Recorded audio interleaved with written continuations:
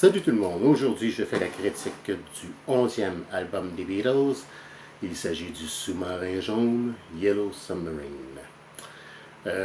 Originalement, cet album-là était le 10e dans la discographie, mais depuis l'inclusion de Magical Mystery Tour, depuis la réédition du CD en 1987, Yellow Submarine devient le 11e album. L'album est sorti en janvier 1969, à peu près 2 mois après l'album blanc. Bien que cet album-là est plutôt comme une suite logique aux albums Sgt. Pepper et aussi Magical Mystery Tour, c'est un peu le même genre d'atmosphère, de musique un peu psychédélique. Et d'ailleurs, le film de Yellow Submarine est sorti en salle au cours de l'été 1968. Mais les Beatles ont préféré repousser la sortie de l'album pour ne pas trop concurrencer avec l'album blanc. Il s'agit à la fois du 11e album et également du 4e film des Beatles, un film animé. Donc on a une pochette cartoonesque, si on veut, une pochette multicolore, un peu dans le même esprit que Sgt. Pepper's Lonely Hearts Club Band et Magical Mystery Tour. Pour ce qui est des éléments, si vous voulez, des influences musicales qu'on retrouve sur cet album-là, d'abord, on peut diviser ça un peu comme en 3 parties. C'est-à-dire qu'on a des chansons à caractère enfantin. On en a deux chansons qui sont Yellow Submarine et All Together Now, 2 chansons à caractère enfantin qui sont 2 chansons de pop. On a 2 chansons à saveur très psychédélique qui sont 2 chansons de George, Only a Northern Song et It's All Too Much, et aussi 2 chansons de John, c'est-à-dire une chanson qui est un hymne au Peace and Love, au mouvement hippie, chanson qui est All You Need Is Love, et une bonne chanson rock qui s'appelle Hey Bulldog. Et on a aussi des influences ou des éléments de musique classique, parce que bien que cet album-là fasse partie de la discographie officielle des Beatles, bon, c'est un album moitié Beatles, moitié George Martin, c'est-à-dire que toutes les chansons qui sont sur la face A sont des chansons des Beatles et toutes les chansons sur la face B sont des pièces instrumentales de George Martin. Bien que George Martin était surnommé le 5e Beatles, pour les fans, ça a été un peu comme une déception puisqu'on s'attendait à un album complet de nouvelles chansons des Beatles, bon, ce qui n'est pas le cas finalement.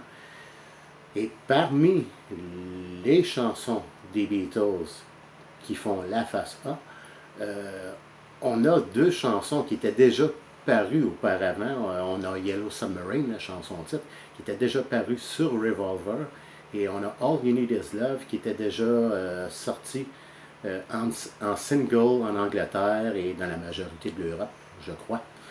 Et All You Need Is Love était sorti également sur l'album Magical Mystery Tour, la version américaine qui est devenue la version officielle.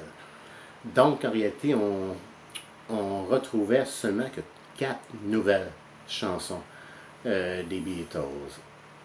Donc c'était un petit peu une déception de ce côté-là, si vous voulez. L'album contient 13 chansons et on y va sans plus tarder avec l'analyse de ces chansons-là, mais je vais m'attarder plutôt aux 6 chansons des Beatles, puisque on fait une critique ici des albums, des chansons des Beatles. Donc, première chanson, qui est la chanson d'ouverture, la chanson titre, bon, c'est Yellow Submarine, et comme je l'avais dit quand j'avais fait la critique de l'album Revolver, Yellow Submarine est une chanson à caractère enfantin, chanson qui est très accrocheuse, et j'aime beaucoup les effets sonores à saveur nautique un peu. Et sans lui donner un 10, malgré tout, je lui donnerais un 9 sur 10. C'est une chanson composée par John et Paul, mais chantée par Ringo. Chanson suivante, qui est Only a Northern Song, chanson de George. Et cette chanson-là est une critique directe envers la société du même nom, c'est-à-dire la société Northern Song, société qui s'occupait de la publication des chansons des Beatles, et George sentait qu'on prenait une trop grosse part du gâteau et qui finalement il lui revenait pas grand-chose pour ce qui était des sous, de l'argent. Bon, c'est une chanson à saveur très psychédélique et j'adore dès le départ, pour ce qui est de l'ouverture de la chanson, le son de l'orgue. Et bon, bien entendu, j'adore les paroles et tout comme ce genre de petits effets sonores qu'on retrouve dans cette chanson-là. Et c'est un 10 sur 10. Chanson suivante, All Together Now, qui est dans le même esprit que Yellow Submarine, finalement une chanson à caractère enfantin, un genre comptine un peu. J'aime beaucoup le rythme de la chanson en général, les paroles, c'est une mélodie qui s'écoute bien. Tout comme Yellow Submarine, je lui donnerais un 9 ou presque un 9 sur 10. Chanson suivante qui est Able Dog, qui est une chanson de John. Bonne chanson rock, j'aime beaucoup la guitare, et l'air en général et les paroles aussi. Je lui donnerais peut-être pas un 10, mais quand même pas tellement loin, un 9.5 au minimum sur 10. Chanson suivante qui est It's All Too Much, autre chanson psychédélique de George. Et j'adore dès le départ, dès l'ouverture de la chanson, cet incroyable effet feedback sur la guitare très distorsionnée. Et tout ce qu'on entend dans la chanson, que ce soit l'orgue, tous les effets sonores et les paroles. Et c'est une chanson qui fait clairement référence au LSD, aux effets ressentis sur le LSD. Et c'est une grande chanson que j'adore. Je lui donne un 10 sur 10. Et finalement, pour ce qui est des chansons des Beatles, du moins, All You Need Is Love, bon, qui est un hymne au Peace and Love, un hymne au mouvement hippie. J'aime beaucoup de la façon que la chanson débute avec l'hymne national français et la mélodie en général, les paroles. Pendant c'est une chanson très populaire, All You Need Is Love quand même, je lui donnerais un 9 sur 10. Et pour ce qui est du reste de l'album, très rapidement, pour les instrumentaux de George Martin, pour la plupart de ces titres-là, je donnerais un 9 plus ou moins.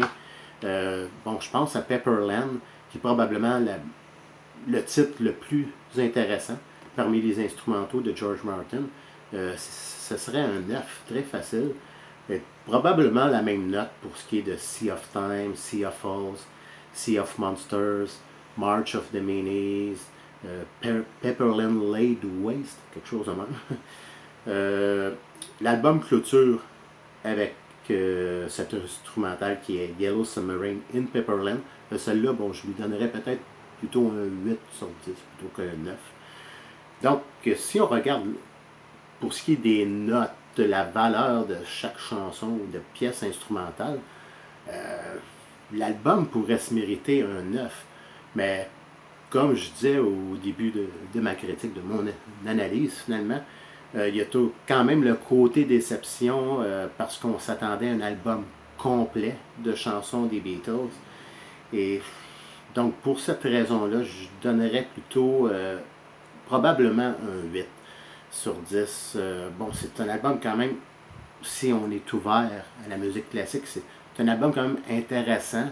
Et même s'il y a 2 chansons des Beatles qui étaient déjà parues avant cet album-là, c'est quand même un album intéressant à écouter, mais il y a quand même bon, la déception un peu du déjà vu pour ce qui est de 2 chansons.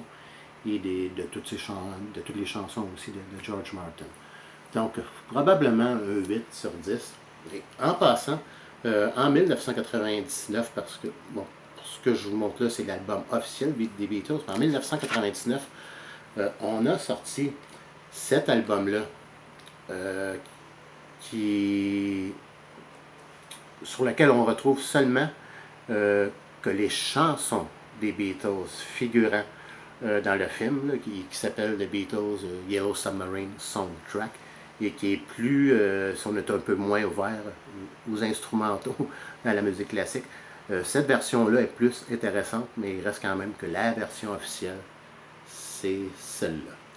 Donc, c'était tout pour aujourd'hui, pour ma critique de cet album des Beatles qui est Yellow Submarine. Je vous invite, comme d'habitude, à laisser vos commentaires, ce que vous pensez de cet album-là. Donc, sur ce, je vous remercie. Et comme d'habitude, ne vous gênez pas, si le cœur vous en dit, à me donner un petit coup de pouce. Donc, je vous remercie et je vous dis à la prochaine.